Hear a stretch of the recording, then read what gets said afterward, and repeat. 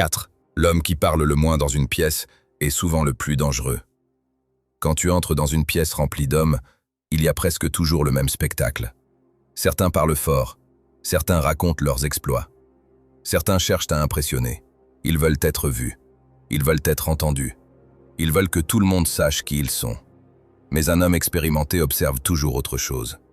Dans presque chaque pièce, il y a aussi quelqu'un qui ne joue pas ce jeu. Il ne parle pas beaucoup. Il ne cherche pas l'attention. Il n'interrompt personne. Il écoute.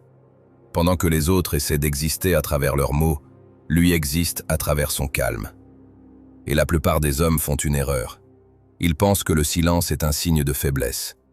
Ils pensent que celui qui parle peu n'a rien à dire.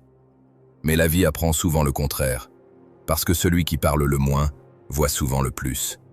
Il remarque les détails que les autres ignorent, les regards, les tensions, les mensonges cachés derrière certaines phrases.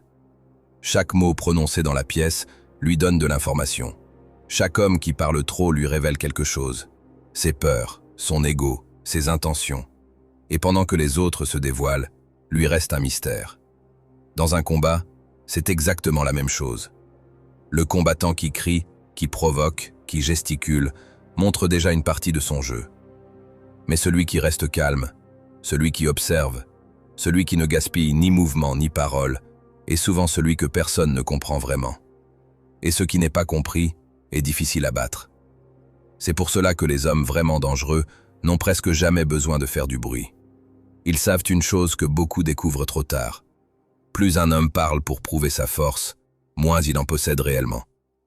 La vraie puissance n'a pas besoin d'être annoncée. Elle attend, silencieuse.